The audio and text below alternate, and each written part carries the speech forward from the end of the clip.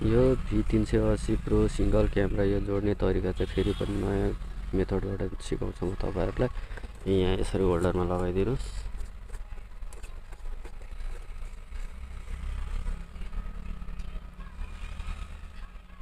यति भइसकेपछि यो अन हुन्छ।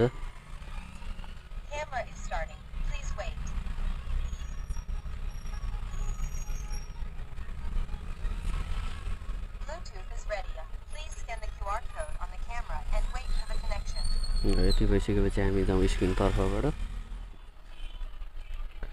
अनि यहाँ चाहिँ हामी डाउनलोड गर्नुपर्ने हुन्छ V380 प्रो, जुन चाहिँ मैले अलरेडी डाउनलोड गरिसकेको हो।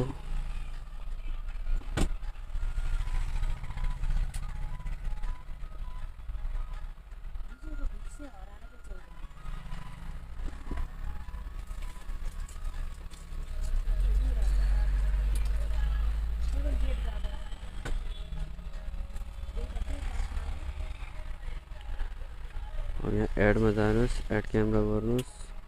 त्यसपछि तपाईको यहाँनिर अटोमेटिक आउँछ एउटा। यसरी आएन भने चाहिँ तपाईले स्क्यान गर्नु होला। अटोमेटिक आयो भने यहाँनिर तपाईले वाइफाई चेन्ज गर्नुस्। पासवर्ड आफ्नै राख्नु होला। जस्तै मेरो यहाँनिर आफ्नो घरको वाइफाई पासवर्ड यही छ, यो मैले यही राखेँ।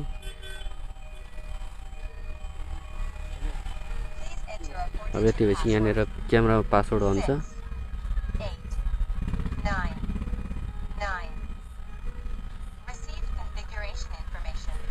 यति भइसकेपछि तपाईको क्यामेरा अन हुन्छ है त।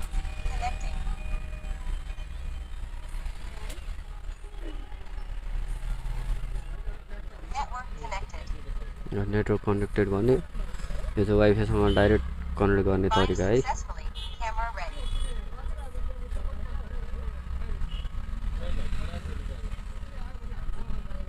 नट आउट गर्नुस्, भ्यू डिभाइस गर्नुस्।